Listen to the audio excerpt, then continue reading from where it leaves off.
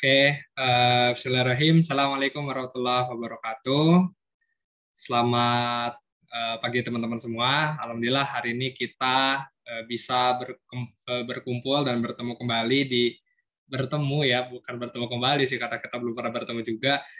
Kita alhamdulillah bisa bertemu dan berkumpul di kelas pada pagi hari ini, yaitu EduClass Series, sesi pertama untuk kelas umum. Yang akan membahas mengenai cara critical thinking dan juga cara mudah untuk menemukan ide bersama mentor kita, yaitu Mbak Awal seperti itu. Dan alhamdulillah Mbak Awal pada pagi hari ini sudah bergabung di tengah-tengah kita untuk bisa mengisi kelas pada pagi hari ini dan juga menyampaikan materinya. Nah, untuk teman-teman semua mungkin bisa banget diajak kawan-kawan yang lainnya untuk bisa bergabung di kelas ini. Karena linknya sudah disebar ya mungkin ya di grup maupun di poster yang sudah tersebar kemarin.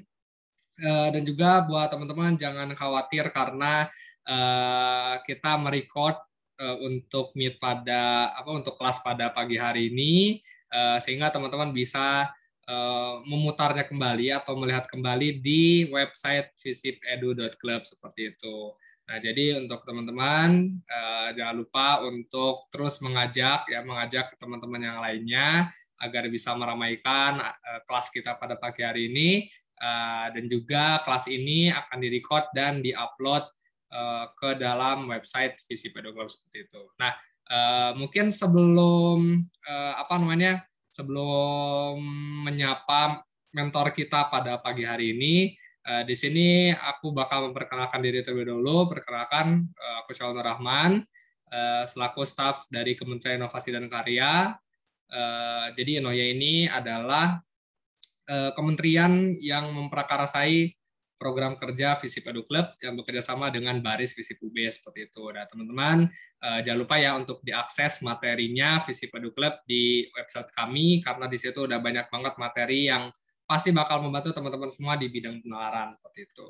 Nah, mungkin sebelum menyapa kali ya, di sini aku mau memperkenalkan dulu nih siapa sih mentor kita pada kelas hari ini dengan CV ya. Jadi bentar nih kita bakal lihatin dulu CV-nya. Oke.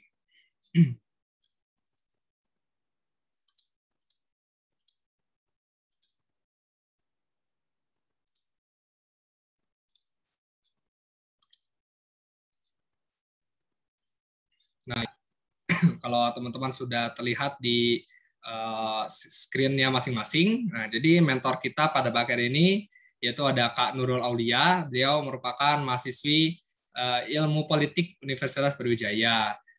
Untuk kompetensinya mungkin ya beliau berfokus pada beberapa bidang seperti content writing, qualitative research, people management, quality control, dan juga public speaking. Untuk pengalamannya, beliau merupakan Wakil Presiden BEM Visip UB tahun 2021, kemudian R&D, internship di Pemimpin Indonesia, dan juga beberapa pengalaman lainnya. Untuk untuk pencapaiannya, beliau merupakan Mawapres favorit dari ilmu politik UB 2019, kemudian beliau mendapatkan beberapa penghargaan lainnya seperti Best Paper of Conference Polgov Days UGM 2018, kemudian Best Inclusive Innovation of NES IPDN 2019, dan sebagainya. Nah, ini sudah banyak banget gitu ya pencapaian beliau yang tentunya tidak diragukan lagi gitu untuk kualitasnya, sehingga beliau jadi mentor untuk kelas pada pagi hari ini. Nah, untuk mengenal lebih lanjut, nah boleh banget teman-teman untuk stalking aja nih Instagramnya, ada @naulia NRL, nah seperti itu, dan juga LinkedIn-nya boleh banget dilihat-lihat dan juga ditambah koneksinya seperti itu. Nah, seperti itu ya untuk profil mentor kita pada bagian ini. Nah, sebelumnya aku mau nyapa dulu nih untuk mentor kita. Halo, Assalamualaikum, selamat pagi Kak Awal. Halo, pagi Syawal. Ya, pagi teman-teman semua. Ya, selamat pagi Kak Awal. Apa kabar nih Kak?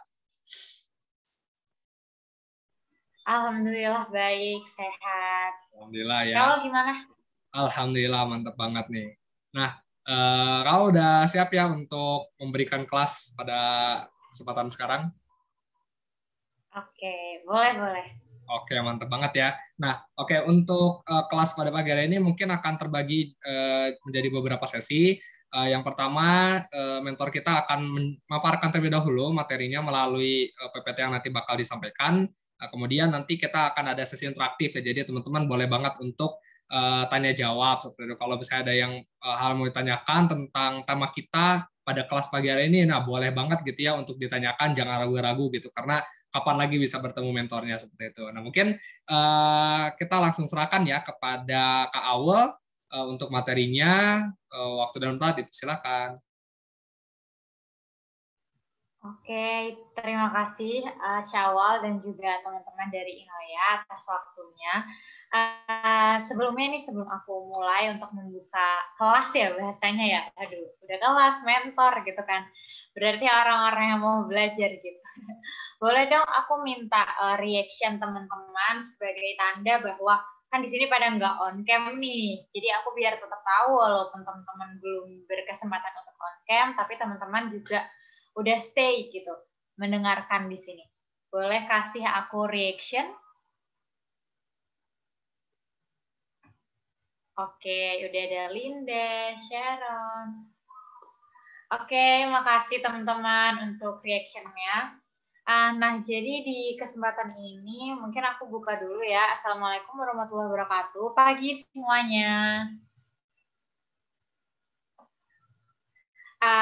Sebelumnya makasih buat teman-teman Inoya yang udah memberikan aku kesempatan nih buat sharing-sharing sama teman-teman yang ada di sini gitu.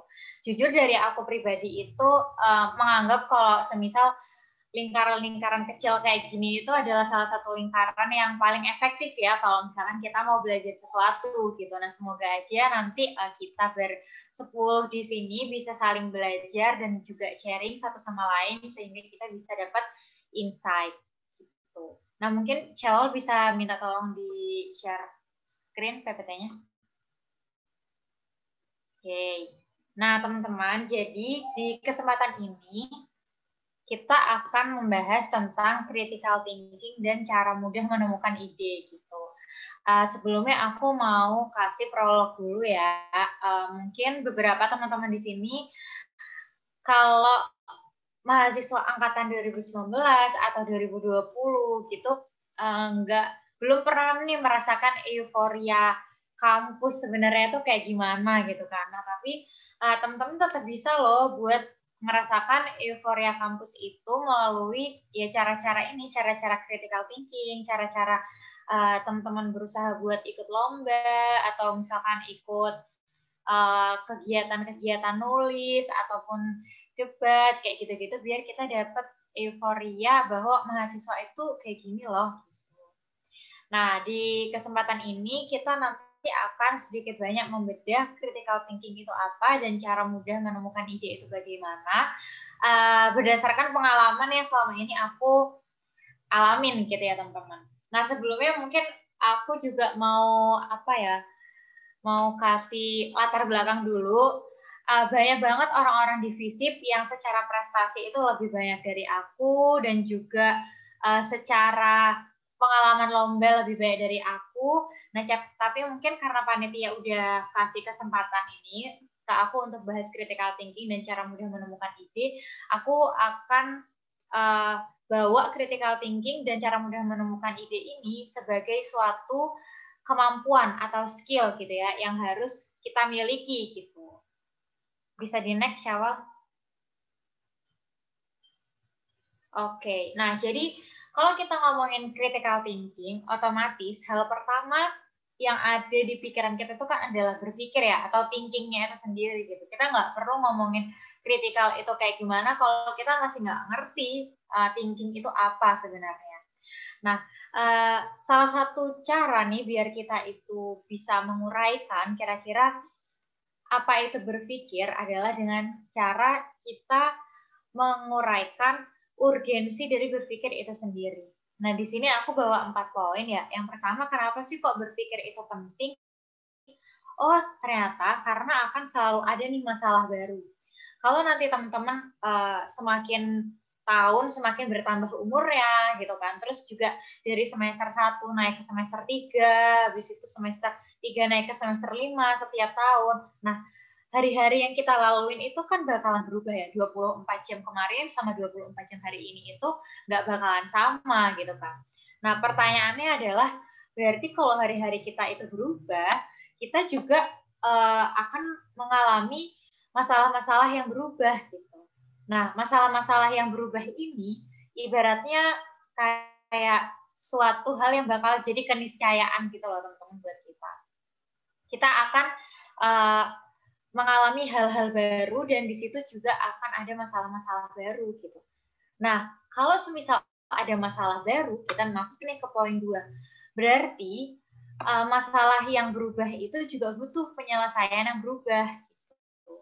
Kalau misalkan selama ini kita anggap bahwa kita sebagai manusia gitu ya, yang 24 jamnya berbeda, misalkan kemarin kita ngelihat bahwa masalah yang ada di sekitar kita, orang itu belum percaya pandemi gitu.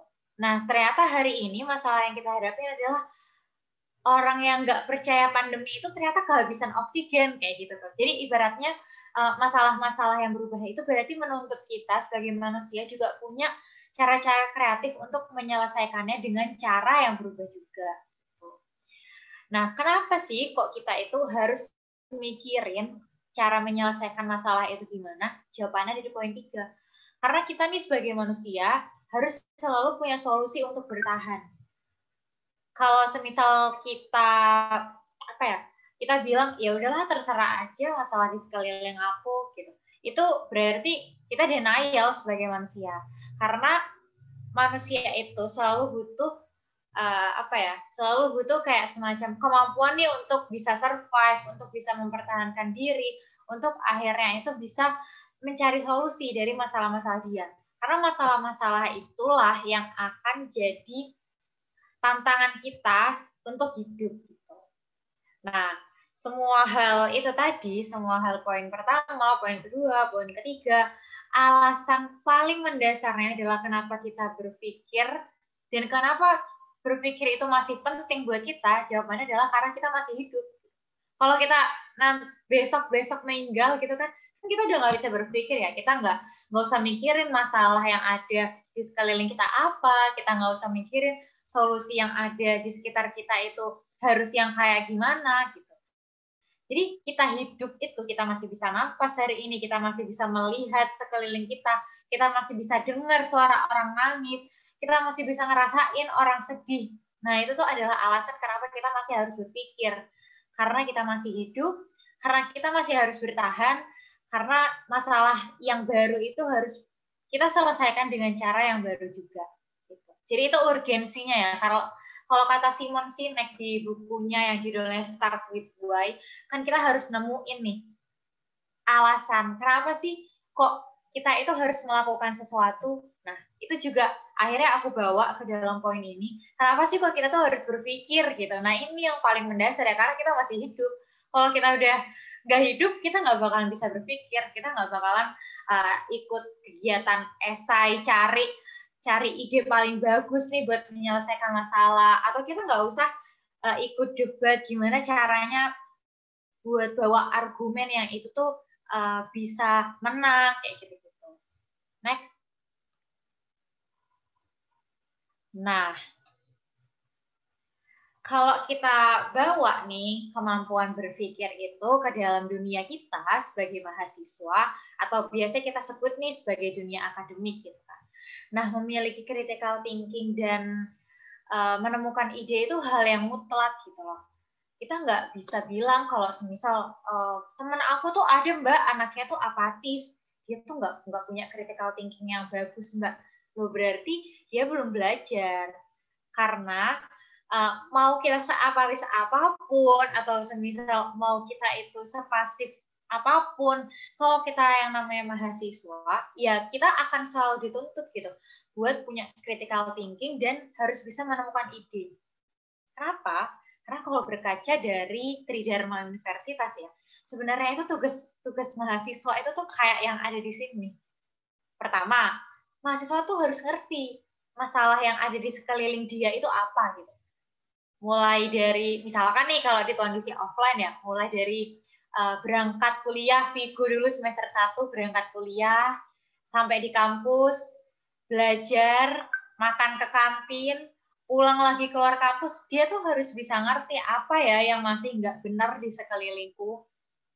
Itu juga terjadi di Syawal, ketika Syawal bangun pagi, buka laptopnya, habis itu ketik room Zoom-nya, masuk ke Zoom-nya, liatin teman-temannya masih pada off cam semua, teman-temannya lagi nyambi sambil tidur, atau semisal bahkan Syawal sendiri kalau kelas itu harus bantuin ibunya masak atau dan sebagainya. Nah, itu tuh kita harus bisa menganalisis dalam sehari kita sebagai mahasiswa, apa sih masalah yang ada gitu. Nah, kemudian masalah yang berhasil kita temuin itu, kita pikirin nih, kenapa ya kok sampai ada masalah itu? Kenapa ya, misalkan nih, kenapa ya kok ternyata kuliah online itu tuh ngebosenin? Kenapa ya kalau kuliah online tuh teman-temanku itu banyak yang off cam, padahal kan kalau kita kuliah offline, kita nggak bisa off cam, kita harus datang gitu ke tempatnya. Nah, itu tuh kita cari tahu gitu, kita analisis. Nah, tugas mahasiswa yang ketiga adalah ya otomatis sebagai agent of change, katanya gitu kan ya, sering banget tuh kalau ada orang-orang aksi demo gitu bilang kan mahasiswa tuh agent of change. Ya ini, agent of change itu cara merealisasikannya adalah mahasiswa juga mikirin solusi. Kita nggak bisa kalau cuman diam, terus ngomong-ngomong, ini ada masalah ini loh, ini ada masalah ini ada masalah ini, tapi kita nggak kasih solusinya apa. Nah, cara-cara yang bisa kita lakukan untuk memberitahukan nih pemikiran kita, memberitahukan solusi menurut kita, salah satunya adalah dengan teman-teman ikut lomba. Teman-teman lebih suka nulis esai, ya udah solusi yang kalian punya itu kalian masukin di dalam esai itu. Teman-teman lebih suka debat, wah mosinya pas banget nih sama keinginan aku buat memperbaiki Indonesia. Nah, solusi yang kalian pikirin masukin ke dalam materi atau mosi yang bakal kalian bawain ketika debat. Nah, ataupun nanti ketika teman-teman ikut lomba KTI atau teman-teman lebih suka bisnis plan dan sebagainya gitu. Intinya adalah mau bisnis plan, esai, KTI ataupun debat atau bahkan nanti conference dan simposium, seluruh hal itu adalah cara biar mahasiswa itu bisa kasih tahu solusi yang dia pikirin ke orang lain. Nah, jadi kalau misalkan nih kita udah tahu why-nya, oh ternyata aku tuh ikut lomba tuh buat ini ya, oh ternyata selain aku nanti bisa dapetin sertifikat dan uang dan sebagainya, ada hal yang lebih esensial loh, ada hal yang lebih fundamental, yaitu aku bisa kasih solusi aku gitu buat orang lain, karena itu adalah beban moral kita semua sebagai mahasiswa. Aduh, jadi kayak fundamental banget ya bahasannya, terlalu filosofis gitu. Next.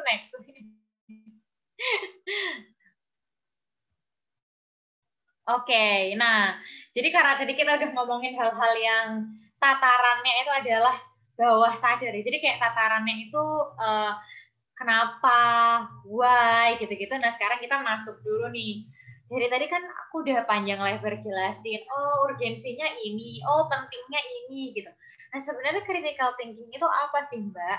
Nah, kalau kata Pak Cheng di tahun 1986 ya, beliau tuh bilang kalau critical thinking itu ternyata kemampuan untuk menganalisis fakta, mencetuskan dan menata gagasan, mempertahankan pendapat, membuat perbandingan, menarik kesimpulan, mengevaluasi argumen, dan memecahkan masalah.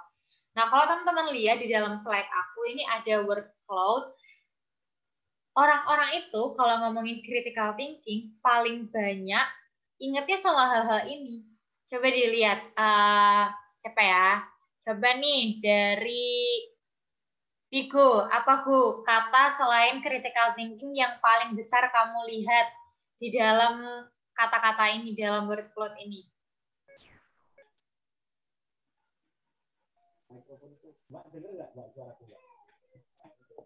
Apa Go? Kok gak denger sih? Kalau aku ngelihatnya ada knowledge, Mbak. Oke, knowledge ya. Nah, itu berarti critical thinking itu butuh loh ilmu pengetahuan yang lain. Oke, Vigo, thank you ya. Coba ke Linda, Linda. Apa kata yang menurut Linda paling besar di sini selain critical thinking? Problem sama conclusion. Oke, nah benar nih.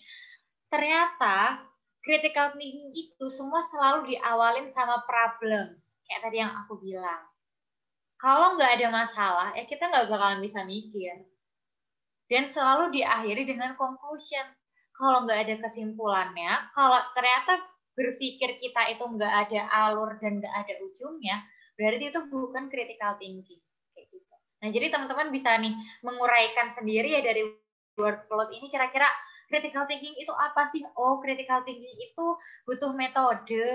Oh, ternyata critical thinking itu dia itu harus relevan ya sama keadaan sekarang. Oh, ternyata critical thinking itu ada kriterianya loh kayak gitu. Nah, jadi ini word cloud ini salah satu cara biar kita itu bisa cari tahu nih kira-kira critical thinking itu bisa disambungin sama apa aja ya. Next. Oke. Nah, kalau kita ngomongin tentang critical thinking, ada satu grafik ya, atau satu bagian namanya itu Bloom's Taxonomy. Jadi dia ini kasih tahu ke kita, ternyata critical thinking itu ada tingkatan-tingkatannya.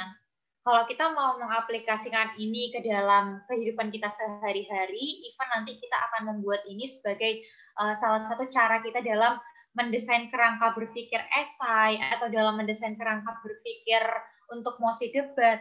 Nah, kita bisa pakai Bloom's Taxonomy. Nah, jadi Bloom's Taxonomy ini diawalin dengan knowledge ya. Jadi kita nggak bakalan nih bisa melakukan critical thinking atau punya kemampuan critical thinking kalau kita nggak tahu, kita nggak punya pengetahuan, kita nggak ngerti informasi itu kayak gimana, kita nggak pernah melakukan observasi, nah itu kita nggak bisa nih punya critical thinking. Jadi untuk punya critical thinking, hal pertama yang harus kita miliki adalah knowledge. Kita pengen tahu nih tentang masalah kemiskinan yang ada di Indonesia. Misal judul tema esai yang akan kalian ikutin tentang menanggulangi kemiskinan yang ada di Indonesia gitu misal. Nah, berarti kita harus knowledge dulu. Kita coba lihat masalah kemiskinan di Indonesia itu apa aja ya. Kita cari tahu Google. Oh, ternyata Indonesia itu tuh kemiskinannya tinggi banget ya. Berapa sih tingkat kemiskinannya? Nah, kita searching lagi. Kayak gitu. Nah, dari kita searching itu, akhirnya kita berusaha nih buat comprehension. Jadi kita berusaha buat kayak memahami gitu. Kita berusaha buat memahami. Oh, ternyata itu kemiskinan yang ada di Indonesia itu sekian persen dan itu tuh terjadi di berbagai tempat ya. Kayak gitu.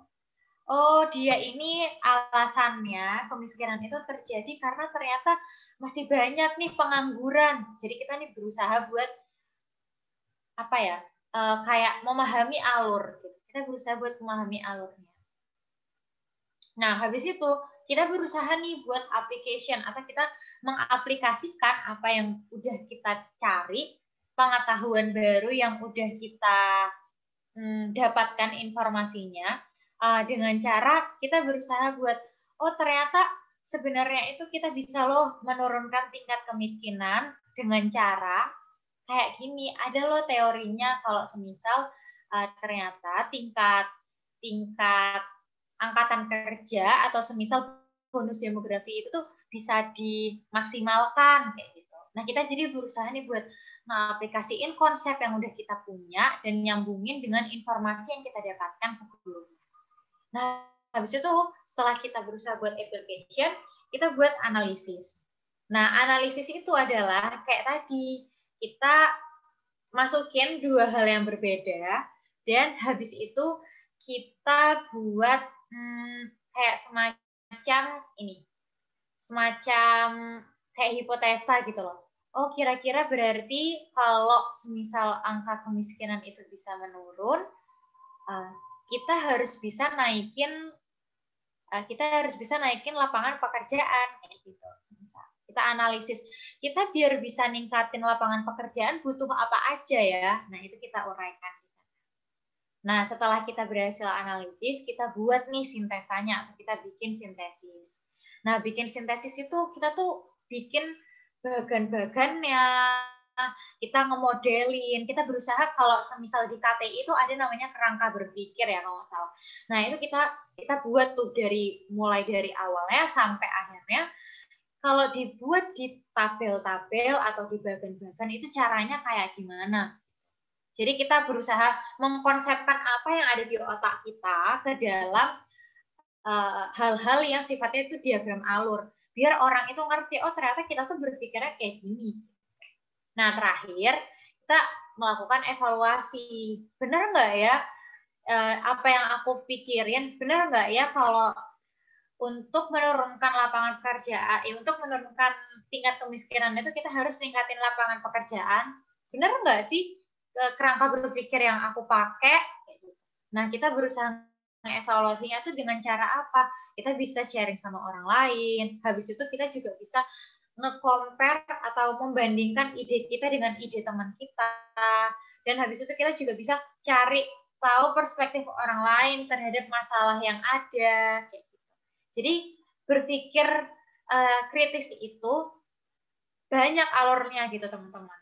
Kita nggak bisa kayak cuman mikirin, oh dulu tuh aku tuh waktu SBMPTN Mbak ngerjain soal soalnya itu soal cerita. Nah katanya kalau soal cerita itu tuh buat melatih critical thinking ya Mbak. Iya benar. Nah itu salah satu cara yang bisa kita lakukan gitu. Nah cuman kalau kita udah mahasiswa nih kita juga makin berkembang nanti yang harus kita tahu, nah kita bisa coba pakai Bloom's Taxonomy ini buat membantu kita menguraikan kira-kira kemampuan critical thinking kita itu udah sampai mana gitu. Contohnya kayak misalkan aku masih ngerasa bahwa aku masih susah nih nge-analisis sesuatu. Aku tuh cuma bisa sampai nge-aplikasiin doang. Oh, berarti aku harus meningkatkan kemampuan analisisku ya. Berarti aku harus lebih peka sama keadaan sekitar. Berarti aku harus ngerti gimana sih caranya biar kita itu cari hubungan antara satu variabel sama variabel lain. Next. Nah, kalau semisal tadi kita merasa bahwa kayak susah deh Mbak pakai Bloom's Taxonomy itu, soalnya aku nggak ngerti kemampuan diriku itu tuh sampai mana. Atau kita merasa bahwa itu tuh terlalu rumit, yang lebih aplikatif gimana kalau semisal aku butuh ini buat lomba Mbak, buat esai, buat KTI, buat debat. Nah, ini kita bisa pakai nih kayak gini. Jadi kemampuan berpikir kritis itu tuh bisa kan ya dibagi 7 nih. Yang pertama kita bisa buat membandingkan. Apa sih bedanya antara berpikir kritis sama berpikir kreatif misalkan. Nah, di situ tuh kita lagi berpikir kritis kalau kita udah berusaha buat membandingkan sesuatu. Nanti ini bisa juga teman-teman pakai ketika teman-teman lagi nyusun materi debat misalkan ya gitu. Nanti kita itu bisa cari atau mengulik-ngulik lebih dalam dengan cara membandingkan. Nah, selain membandingkan, kita juga bisa pakai hubungan sebab akibat. Jadi kita bisa lihat nih, atau kita bisa cari tahu gimana sih pengaruhnya kuliah online terhadap keinginan belajar mahasiswa gitu. Nah, ternyata kalau kita itu lagi cari hubungan sebab akibat itu, kita lagi belajar melatih diri kita sendiri buat critical thinking. Nah, habis itu kita juga bisa nih buat cari alasan. Kita harus ngerti, oh ternyata alasan mahasiswa dia itu menurun kemampuan belajar ketika pandemi adalah karena ini. Nah, setelah kita ngasih alasan, kita harus bisa juga bikin kesimpulan yang lebih konkret. Misal, ada banyak alasan nih, oh alasan mahasiswa nggak suka kuliah online itu karena misal dia susah internet. Oh, ternyata alasan yang lain itu karena dia ngantuan. Nah, terus habis itu semua input-input alasan yang kita dapetin, kita jadiin satu kesimpulan. Oh, ternyata kesimpulan-kesimpulan itu ada yang mirip-mirip loh. Oh, ternyata kesimpulan-kesimpulan dari permasalahan yang kalian dapatkan itu bisa jadi itu ada yang apa ya, kayak ada yang dia itu tuh sebenarnya bisa jadi satu variabel. Berarti kita berusaha nih buat mengelompokkan. Nah, setelah kita itu mengelompokkan, kita harus juga bisa cari why-nya ya. Kita bisa cari mengapa ya. Oh, kita udah tahu nih, ternyata alasan mahasiswa nggak suka kuliah online itu tuh karena terbagi jadi dua alasan utama, faktor internal sama faktor eksternal. Nah, habis itu kita cari tahu, kenapa ya kok faktor eksternalnya itu adalah karena mahasiswa merasa lingkungan di rumahnya nggak kondusif. Kenapa ya kok lingkungan di rumahnya nggak kondusif? Nah, kita cari tahu di situ. Nah, baru habis itu di yang ketujuh, kita harus bisa berusaha menyebutkan poin-poinnya secara rigid. Gitu. Jadi kalau di bagian bab 4-nya LKTI, itu kan ada tuh tentang pembahasan ya. Nah, di pembahasan ini kita harus bisa menguraikan why-nya, menguraikan mengapa. Mengapa ya kok rumahnya anak-anak mahasiswa itu sering nggak kondusif? Sebutkan. Oh, ternyata satu alasannya adalah karena dia tinggalnya itu bareng sama orang tuanya yang juga WFH, orang tuanya juga kerja. Terus yang kedua, oh ternyata karena banyak mahasiswa itu rumahnya bareng sama nenek kakeknya, misalkan kayak gitu-gitu. Jadi intinya kita bisa menguraikan nih why yang udah kita punya di dalam bab 4 kita itu apa. Next. Nah, ini ada cara-cara melatih critical thinking yang menurut aku sih nggak secara spesifik cuman bisa dipakai untuk esai, KTI, ataupun debat gitu. Tapi ini cara melatih critical thinking kita sebagai mahasiswa di seluruh kehidupan kita gitu ya. Jadi yang pertama itu kita harus mulai semua itu sama observasi nih. Amati semua hal yang ada di sekitar kita. Ini dari tadi aku ngamatin teman-teman. Oh, teman-teman itu yang on cam tuh cuma Syawal sama Vigo ya. Nah, habis itu aku nganalisis, aku cari masalahnya nih. Kenapa ya kok yang lain itu tuh nggak on cam? Jadi aku berusaha mikir, aku berusaha ngumpulin informasi. Nanti aku tanya ke Syawal. Syawal, emangnya teman-teman yang lain ini ada kesibukan ya?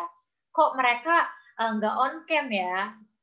Nah, terus habis itu setelah aku cari tahu ke Syawal, akhirnya aku dapat kesimpulan. Syawal cerita, iya Mbak, teman-teman yang lain itu sekarang mereka itu juga lagi liburan. Oh, akhirnya aku bisa nih bikin kesimpulan awal. Ternyata penyebab masalah teman-teman di sini itu nggak on cam adalah karena teman-teman lagi liburan. Kayak gitu. Nah, setelah habis itu aku dapat nih kesimpulannya, aku berusaha ngekomunikasiin ini. Aku diskusi sama orang terdekat aku. Misalkan di sini yang aku lihat on cam itu ada Vigo. Aku tanya ke Vigo, Vigo kamu lagi liburan nggak? Iya Mbak. Kok kamu bisa tetap on cam kalau liburan? Jadi aku cari tahu nih, kenapa Vigo merasakan ini, atau kenapa orang lain kayak misalkan Sharon atau Rosi itu off cam. Aku nanti juga bakalan tanyain ke Rosi sama ke Sharon. Gitu. Kenapa kok kamu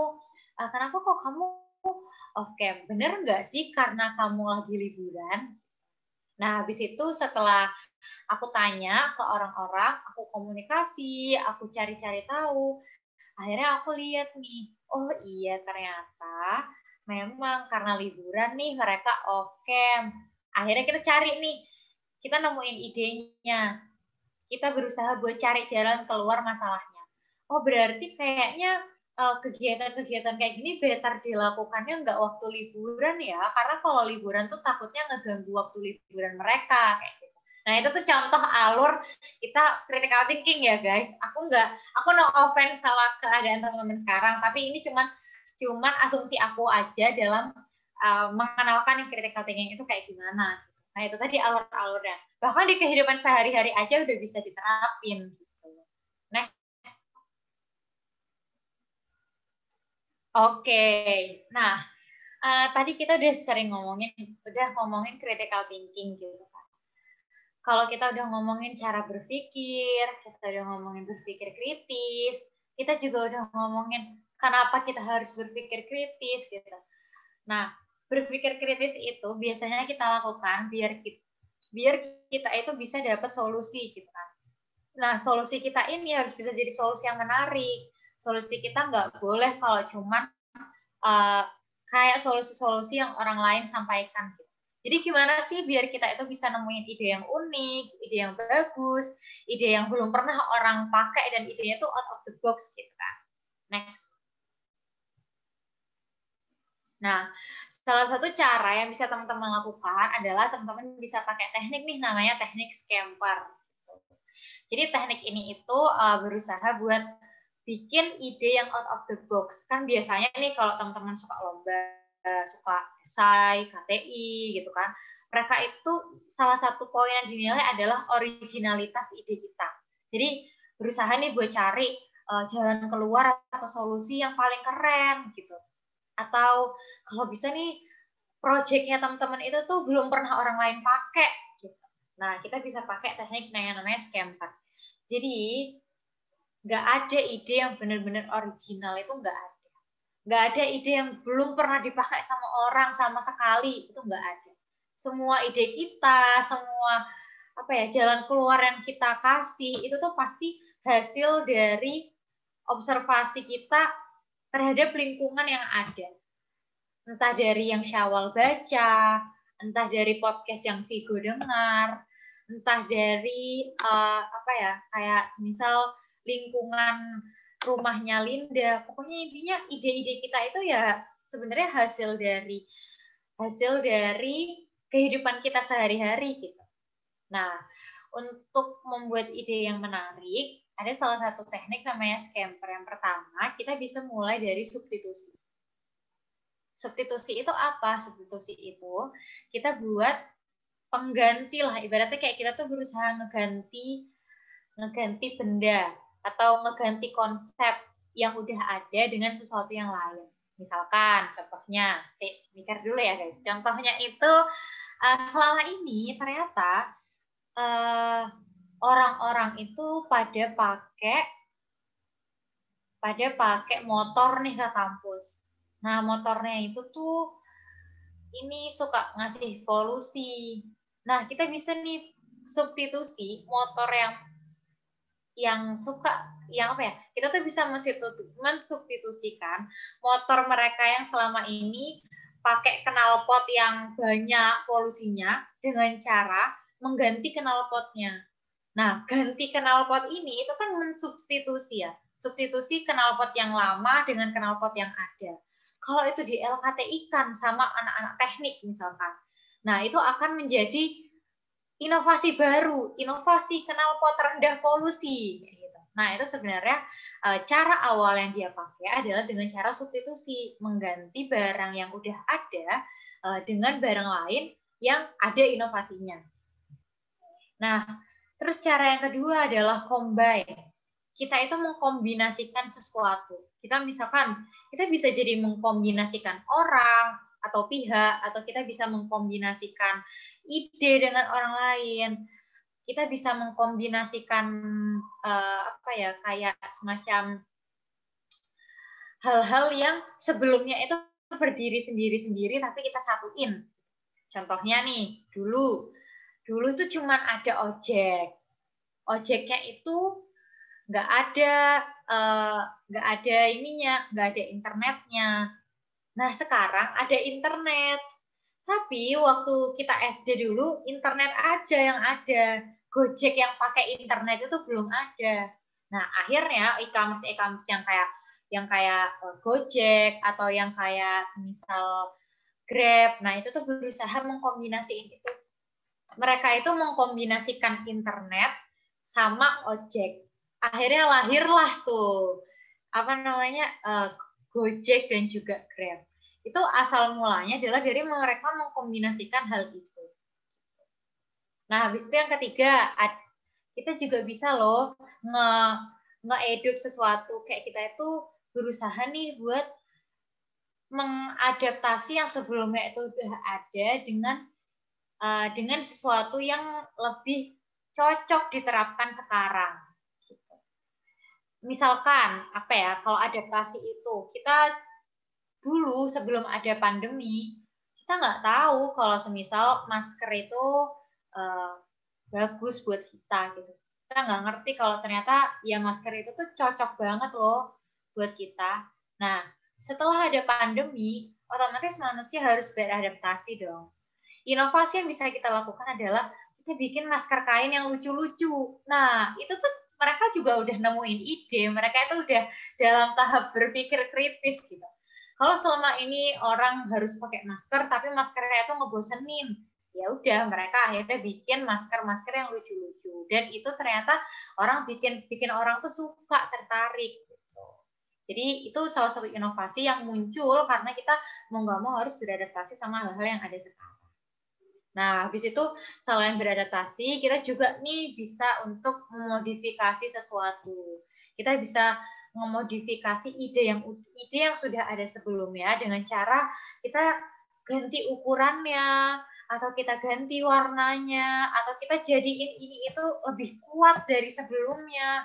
Misalkan kalau dulu ada robot yang robot ya. Misalkan ya dulu ada robot yang itu tuh bisa nari gitu kan.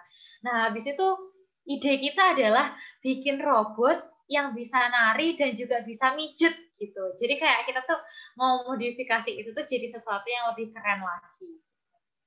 Nah, atau habis itu kita juga bisa put to another use gitu. Jadi kita kayak bisa ngeganti ini itu di lokasi tertentu atau di waktu-waktu tertentu yang itu sifatnya lebih cocok gitu buat kita lakukan sekarang. Nah, selain kita itu bisa nambah-nambahin, kita juga bisa ngeeliminasi sesuatu yang udah ada sebelumnya. Kayak contohnya kita nganggep bahwa stiker yang ada di UB itu tuh nggak cocok gitu. Vigo pasti tahu ya, dulu ada stiker untuk mahasiswa UB. Jadi motornya mahasiswa UB itu dikasih stiker biar boleh masuk ke dalam kampus. Nah, ternyata kita nganggep kalau misalkan stiker itu tuh nggak efektif diterapkan. Oh ya udah, stikernya itu kita hilangin aja. Kenapa kok kita ngehilangin? Nah, kita bikin kajian tentang kenapa esensi menghilangkan stiker UB. Itu juga udah termasuk kita berpikir kritis. Gitu.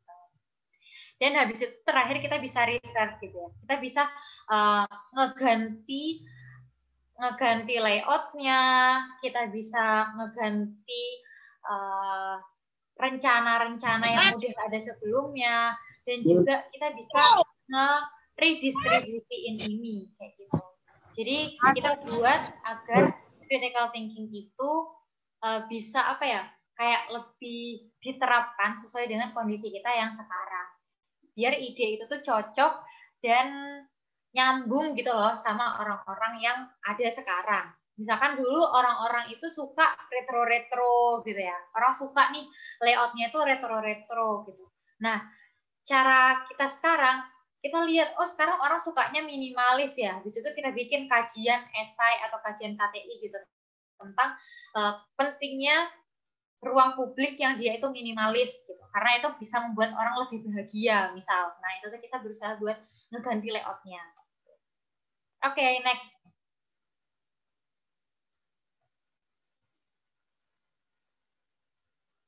Nah, kalau tadi kita nganggap bahwa oh susah banget ya Mbak.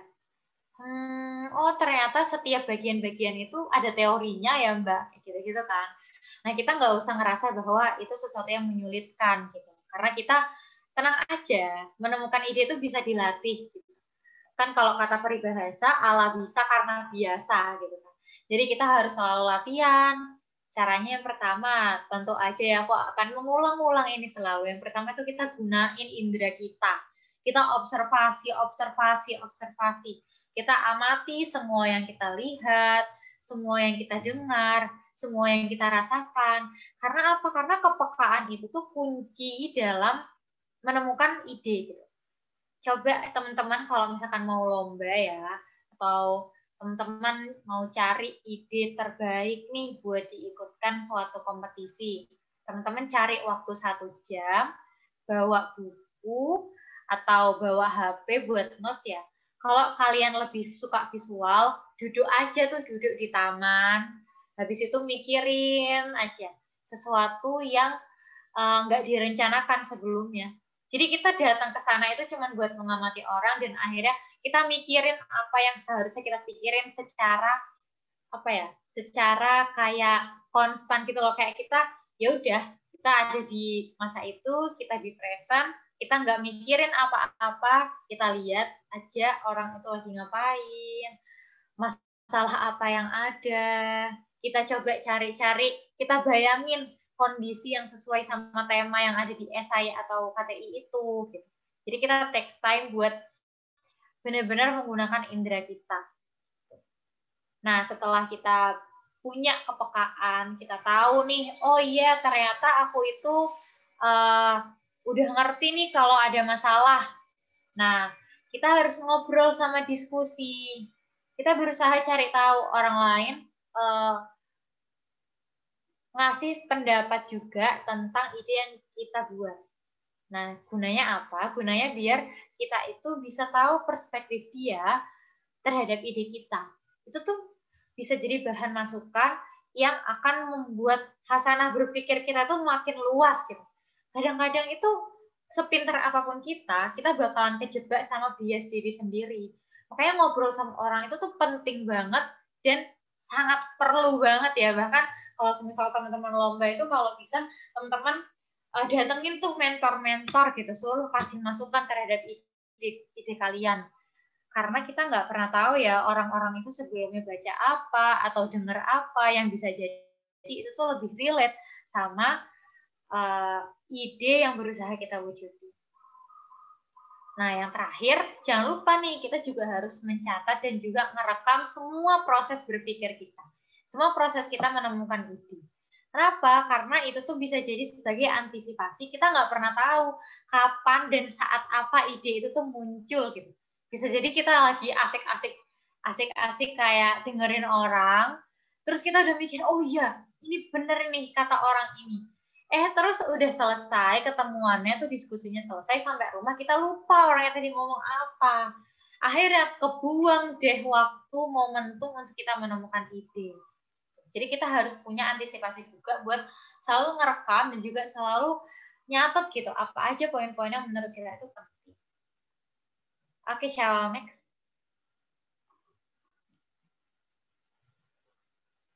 Nah, dari tadi kan aku bilang nih, ini sebenarnya slide penutup ya guys. Dari tadi kan aku bilang kalau berpikir kritis itu tuh nggak cuma buat lomba loh. Berpikir kritis itu nggak cuma kalau kita anak esai. Berpikir kritis itu nggak cuma karena kita ini ikut debat gitu. Karena balik lagi ya, berpikir kritis itu tuh udah hal yang mutlak buat kita sebagai mahasiswa dan dibutuhin banget buat kehidupan kita ke depannya. Buktinya aja, di Top 10 Skill 2020 dan juga Top 10 Skills 2025, berpikir kritis itu tetap jadi 10 kemampuan yang dibutuhin. Kalau kita mau jadi manusia sukses, kalau kita mau jadi manusia yang adaptif, kalau kita mau punya positioning yang bagus gitu. Di tahun 2020, critical thinking itu jadi skill nomor 2 paling penting.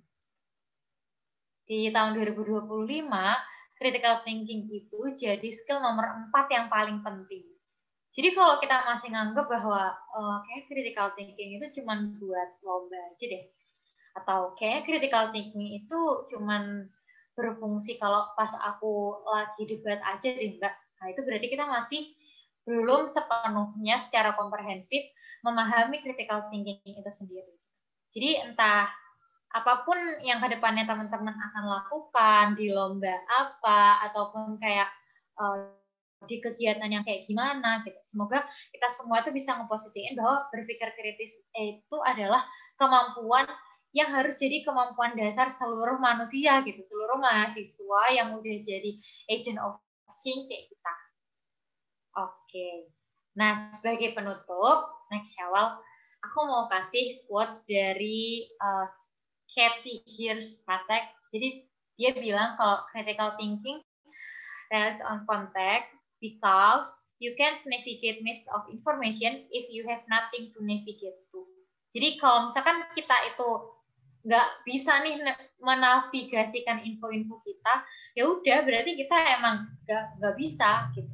Makanya kenapa kita harus punya alur berpikir, kita harus punya kerangka dalam semua yang lagi kita pikirin, biar kita itu bisa nyampe ke suatu tujuan. Mungkin itu aja teman-teman yang bisa aku sampaikan. Thank you banget buat waktunya. Nanti kita bisa lanjutin dengan diskusi. Terima kasih semuanya. Aku kembalikan ke Syawal.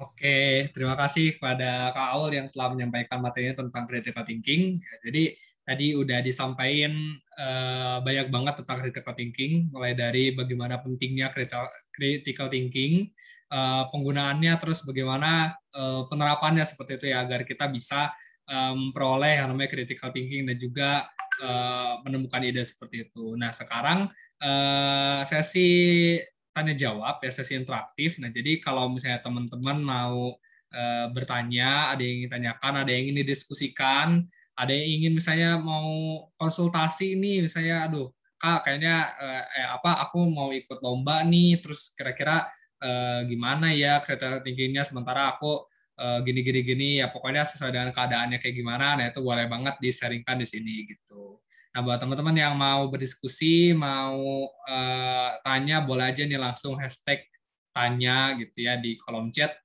Ya, silakan ya teman-teman ya. Boleh banget nih kita buka sesi interaktifnya agar teman-teman bisa mengetahui lebih dalam gitu mengenai critical thinking ini seperti itu.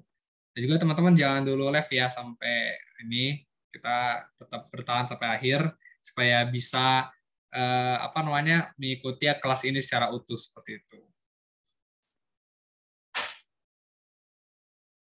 Silakan nih buat teman-teman, apakah ada pertanyaan teman-teman?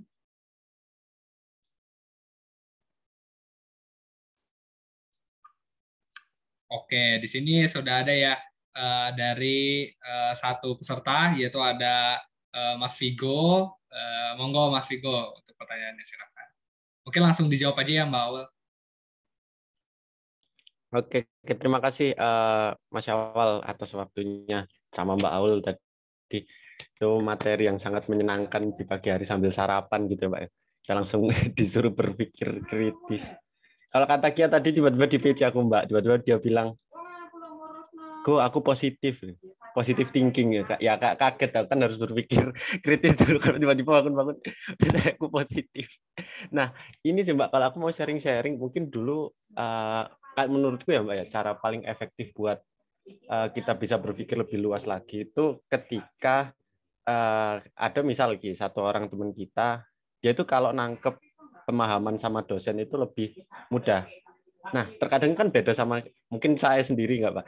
Nah, itu kadang-kadang ini tak dengerin, tak catat semuanya dosen itu ngomong apapun kok masih belum paham. Tapi waktu itu ada temanku itu nyampein lagi ke aku, itu langsung justru lebih paham. Jadi kalau aku nyimpulin kadang-kadang itu memang iya paling efektif kalau menurut saya itu buat melatih berpikir kritis ini ketika diskusi bareng teman kita sendiri. Nah, paling enggak itu kita kan ada ikatan buat batin kan kalau sama teman kita sendiri itu.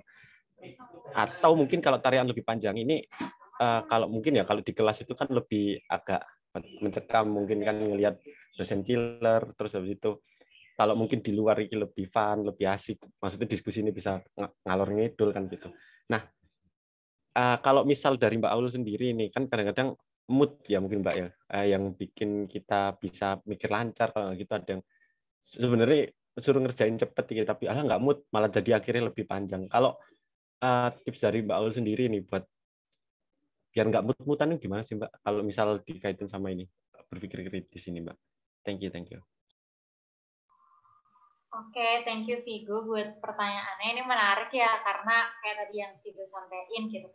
Emang benar salah satu cara untuk mengukur kita itu beneran udah paham belum sih, kita itu udah beneran ngerti nggak sih, itu adalah dengan cara kita nyampein ke orang lain gitu. Kita diskusi, kita ngobrol dengan kondisi yang lebih rileks dan lebih santai gitu. Karena mood itu tuh berpengaruh ya dengan cara kita berpikir gitu. Kalau misalkan kita riweuh, terus kita juga lagi ada masalah gitu, pasti itu bawaannya ya kita nggak bisa penuh insight gitu tuh nggak bisa gitu, karena kita udah buta duluan gitu kan bahasanya. Nah, cara biar nggak mut-mutan itu sebenarnya menurut aku tuh dibalikin lagi ke setiap orang harus kenal sama dirinya sendiri gitu. Kita harus bisa cari tahu diri kita itu paling suka sama kondisi yang seperti apa. Kita itu nyamannya itu ada di keadaan yang kayak gimana. Misalkan kalau aku suka tempat yang hening, aku suka tempat yang tenang. Kalau aku mikir, aku tuh nggak bisa ada musik, aku suka di kamar, kayak gitu-gitulah intinya. Nah, mungkin Vigo kebalikanku. Vigo ternyata biar bisa ngalir idenya, biar bisa lancar, itu harus di kopian, misalkan. Harus ngobrol sama orang, harus sambil pakai headset, dengerin musik, misalkan.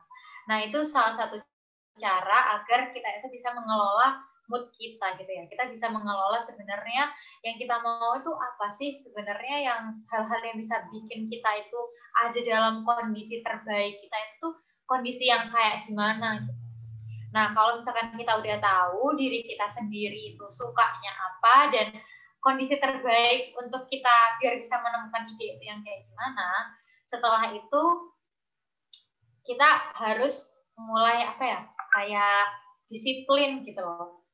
Kita kan udah tahu, oh iya, aku tuh udah suka nongkrong. Nah, tapi nongkrongku ini itu nongkrong buat nemuin ide. Jadi ya waktu sampai sana, kamu nggak boleh ngobrol ngalor ngidul, malah nggak jelas obrolannya gitu. Nah, tapi kita harus ingat tujuan kita gitu. Oh iya, aku tuh nongkrong itu buat nemuin ide, berarti aku harus tanya-tanya ke temanku. Ya, aku tuh harus bisa bawa ke percakapan yang nanti bermanfaat nih buat konstruksi ideku gitu.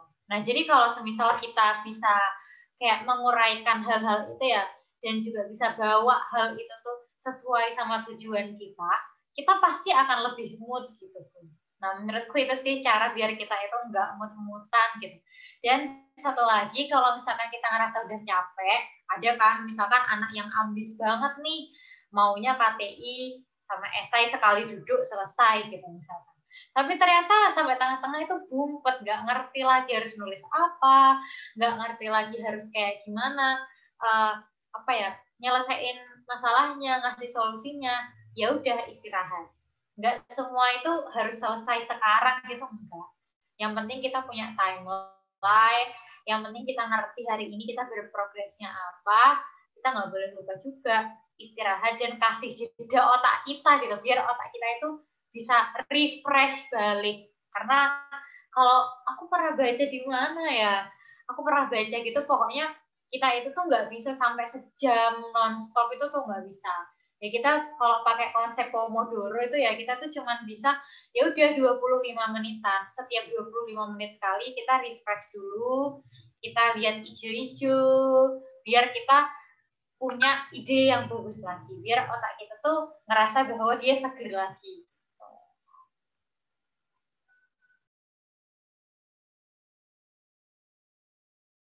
Oke, terima kasih Kawal atas jawabannya. Nah, mungkin dari Mas Vigo ada tanggapan yang nggak nih, atau ada feedback dan sebagainya, boleh. Oh ya, oke. Mungkin ya, makasih Mbak Aul buat pencerahan nih. Iya, memang bener kayak mood sih Mbak. Kalau gimana ya kalau ngomongnya? Kalau misal kita nggak mood juga nggak mau jalan kan kadang-kadang buat berpikir ini. Kalau misal mungkin ya Mbak, kalau misal pergi ke warung kopi buat diskusi. Kalau orang-orang perginya sama sampean enak Mbak buat diskusi Mbak. Nah kalau pergi sama aku udah ngopi-ngopi. Soalnya beda, mungkin beda orang sama beda pembawaan, ya beda masukan gitu sih Mbak kayak. Ya, thank you Mbak atas penjelasan nih. Terima kasih semuanya. Thank you Kementerian Inayat dan Mbak Aul. Oke, terima kasih kepada Mas Vigo atas pertanyaannya. Selanjutnya untuk teman-teman yang mau bertanya boleh banget ya langsung tulis di kolom chat hashtag tanya seperti itu. Boleh banget ya buat bertanya nih, mumpung masih ada Kak Aul, mumpung ada mentornya supaya bisa makin ramai lah gitu di sini.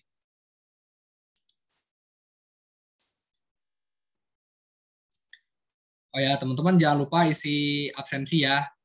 Situ di kolom chat ada absensi, jangan lupa diisi absensinya untuk bukti kehadiran teman-teman telah hadir di acara pada pagi hari ini. Oke, teman-teman mungkin ada lagi yang ingin bertanya. Kalau misalnya belum ada lagi pertanyaan di sini, aku mau ingetin ya buat teman-teman semua, jangan lupa untuk mengakses materi kita, materi dari Visip Edu Club ini yang bekerja sama dengan Baris Visip UB di website kami yaitu visipedu.club. Nah, di situ teman-teman bisa banget untuk mengakses banyak materi dari segi penalaran dan penelitian, mulai dari KTI, esai dan juga debat. Di situ teman-teman langsung aja daftar ya, sign in di bagian atas, nanti teman-teman bakal langsung bisa mengakses materinya seperti itu. Dan jangan lupa untuk ikut EduClass selanjutnya. Besok insya Allah bakal ada EduClass esai ya, mengenai referensi, bagaimana caranya menemukan referensi yang baik dan benar bersama Kak Putra Satria dari Sosiologi 2018. Nah, selanjutnya di sini ada Sultan nih yang mau bertanya. Jadi silakan ya Sultan. Oh ya, sebelumnya suaraku terdengar dengan jelas kan ya? Aman. Oke, ya sebelumnya terima kasih banyak Syawal atas kesempatannya. Saya ingin mengucapkan selamat pagi juga kepada Mbak Aul dan teman-teman dari audiens lain. Jadi di sini perkenalkan, saya Sultan Rifat Al-Fatih. Di sini saya izin bertanya. Jadi kalau misalnya kita dihadapkan di suatu studi kasus, di mana ini sering ditemukan oleh seorang mahasiswa maupun pelajar, di mana misalnya kita sedang apa ya, istilahnya sedang rileks gitu lah pas lagi kelas, terus tiba-tiba dosen itu menunjuk kita buat bertanya gitu loh, kayak langsung nembak ke kita kayak, ya Sultan silakan kalau kamu mau nanya apa gitu kan, kita kan biasanya langsung kaget gitu kan. Nah di sini pertanyaan dari saya itu bagaimana cara kita bisa membuat salah satu menerapkan critical thinking di masa waktu yang singkat dengan mengeluarkan misalnya ya suatu kasusnya itu pertanyaan yang berbobot dalam waktu yang cepat. Mungkin seperti itu sih Mbak Aul. Terima kasih banyak. Selain kita mempelajari dari kriteria dan juga bagaimana problemnya itu seperti apa gitu loh, agar kita bisa membuat pertanyaan secara impromptu dengan cepat dan juga berbobot. Mungkin seperti itu Mbak Aul. Terima kasih banyak. Ya, silakan nih Mbak. Oke, makasih banyak Sultan. Keren banget ya pertanyaannya. Ini juga kita nanti belajar sama-sama ya teman-teman. Siapa tahu nanti ada teman-teman di sini juga yang mau sharing tentang gimana ya kalau dipanggil dosen tuh harus bikin pertanyaan. Menurut aku cara pertama biar kita bisa bikin pertanyaan yang keren adalah kita ngerti garis besar dosen itu nyampein tentang apa. Oke, mungkin kita ini aja ya kayak sama-sama menyadari kadang-kadang kita nggak selalu merhatiin dosen secara serius, kadang-kadang kita juga ke-distract sama hal-hal lain gitu. Tapi cara biar kita itu bisa bikin pertanyaan yang bagus adalah kita ngerti intisari yang dosen itu sampaikan. Topiknya itu tentang apa sih? Kayak gitu. Misalkan topiknya tentang apa ya? Kan di sini aku anak politik ya. Mungkin topiknya itu tentang materi ini aja deh yang semua orang FISIP itu dapat ya. Misalkan itu tentang pengantar ilmu sosial dasar gitu ya, pengantar sosiologi, tentang kehidupan sosial. Nah, kita harus tahu dulu, oh ternyata pembahasan dosen di pertemuan ini itu tentang jenis-jenis masyarakat misalkan kayak itu. Nah, dengan cara kita punya gambaran besar tentang topik yang dosennya itu angkat, kita kulik aja why-nya. Menurutku cara terbaik biar kita itu punya pertanyaan berbobot adalah kita tanya kenapa atau kita tanya mengapa kayak gitu. Jadi kalau kita tanya dengan awalan mengapa kayak gitu, nanti itu dosen itu akan menganggapnya itu kita tuh mikirin proses, kita mikirin alasan, kita tanya sesuatu yang mendasar. Nah, enaknya lagi, mengapa itu tuh bisa kita sambungin sama hal apapun. Kata terakhir yang dosen dengar, misalkan kata terakhir yang kita dengar, dosennya itu nyampein bahwa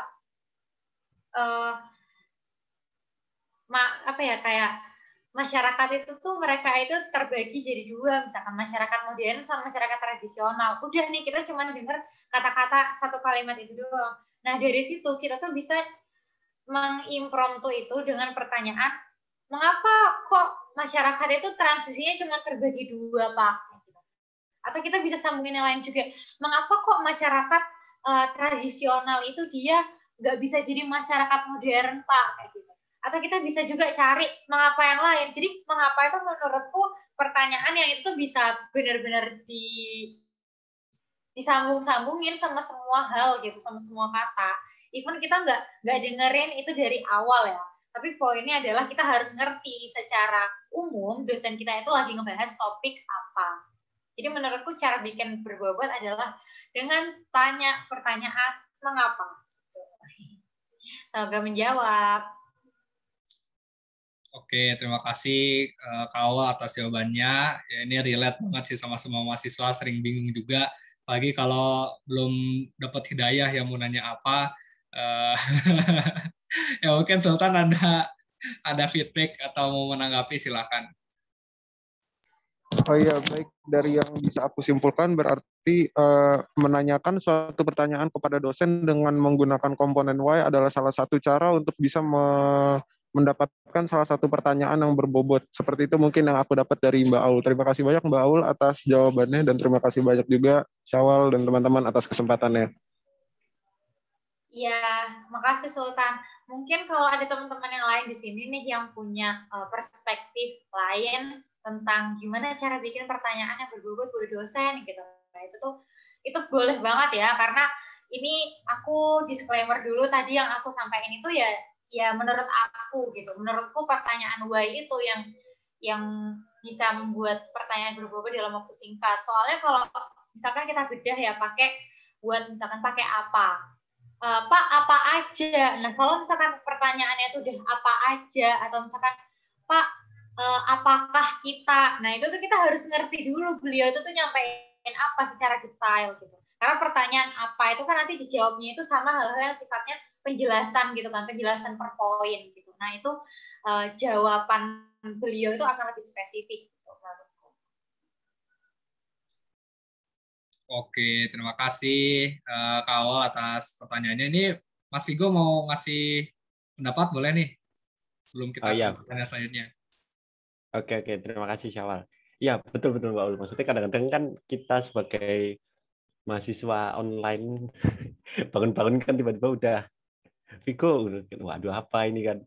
Paling iki sih Mbak, kalau biasanya kan kita sambil cari pertanyaan kan, itu kalau misal paling cepat lagi berhubung kita beruntungnya online, biasanya kalau aku sendiri tuh langsung cari di ini Mbak, di Google, terus habis itu kayak PDF mungkin buku gitu.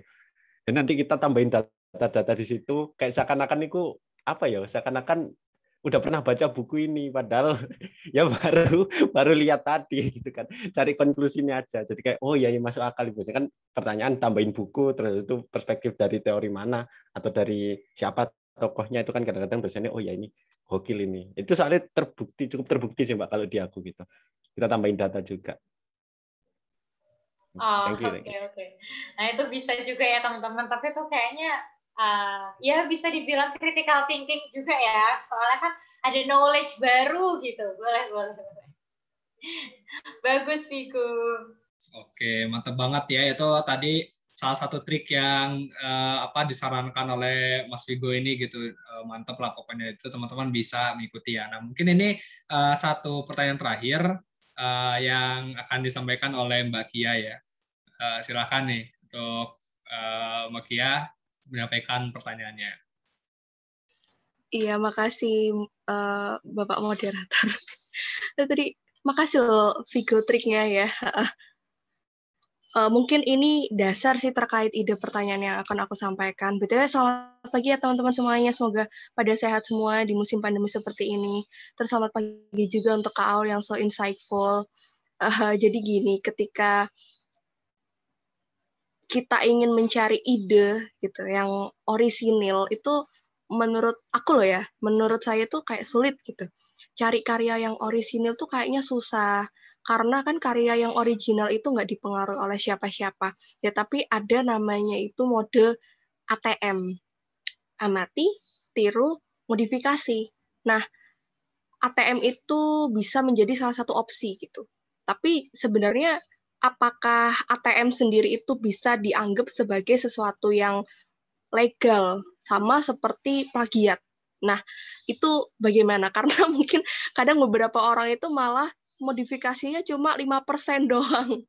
Jadi ya katakanlah memang produk atau idenya itu sudah sukses di pasar, terus pengen dipoles lagi. Tapi jatuhnya biar nggak malah ke plagiat itu yang bagaimana kayak gitu. Itu mungkin dasar sih pertanyaan aku. Terima kasih semua. Oke, mungkin langsung Mbak, silakan. Oke. Menurut pendapat aku, nggak ada ide yang original. Nggak ada ide yang orisinil yang benar-benar dia itu tuh dapetin ide sendiri gitu. Itu nggak ada. Originalitas ide itu disebut sebagai orisinal karena belum, gimana ya, karena dia itu tuh pakai hal-hal yang dia modifikasi dari sebelumnya gitu. Jadi kalau gimana ya, kalau bisa dibilang orisinal itu tuh akumulasi dari apa yang kita amatin gitu loh.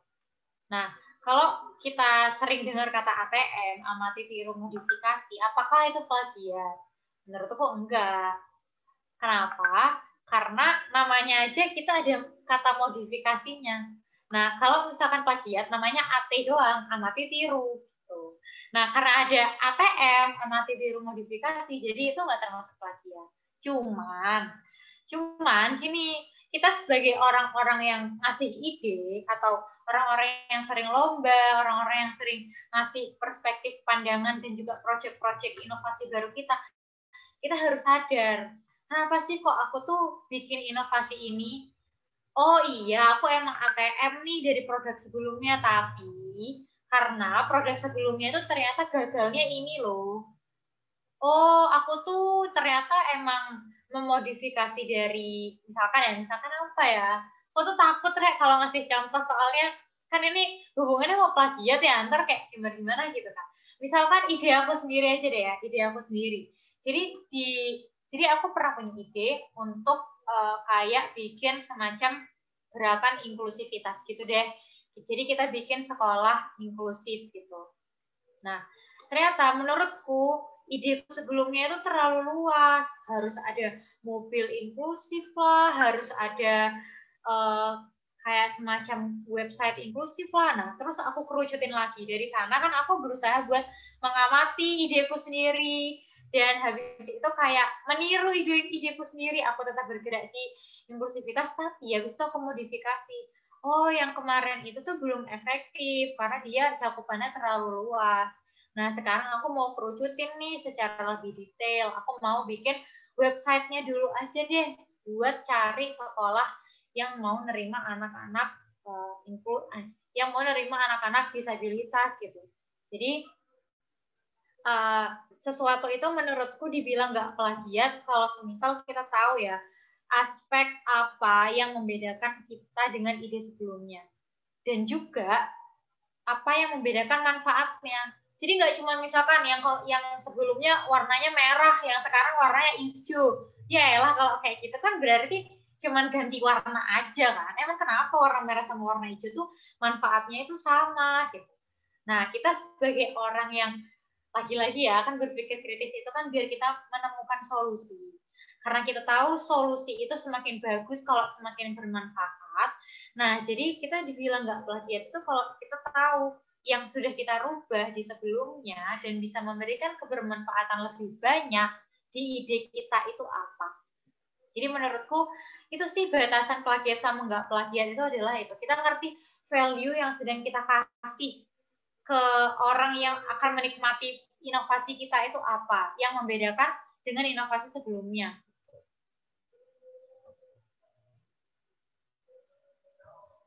Oke, terima kasih Kak atas jawabannya. Mungkin dari Mbak Kia ada feedback, silakan. Mungkin dari aku udah cukup sih, tinggal bagaimana kita cari idenya. Thank you, Kak Awal. Oke, siap. Terima kasih kepada Mbak Kia ya atas pertanyaannya. Oke, mungkin itu adalah tadi pertanyaan terakhir.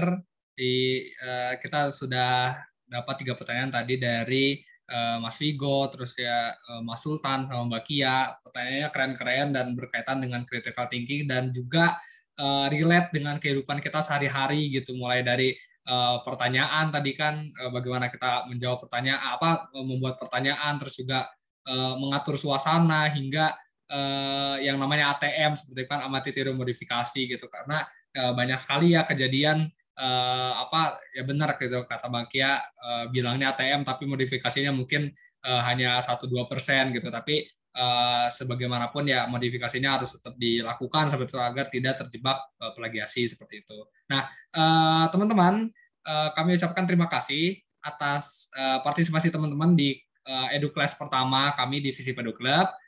Sebelumnya teman-teman jangan lupa untuk gabung grup ya, gabung grup di grup KTI ataupun esai atau berdebat di link yang ada di kolom chat ya. Jadi link grup FEC, di situ teman-teman bisa mengakses, atau misalnya teman-teman bisa akses melalui website kami di visipedu.club. Dari situ nanti pokoknya login dulu aja, cari banyak informasi di situ tentang materi-materi yang telah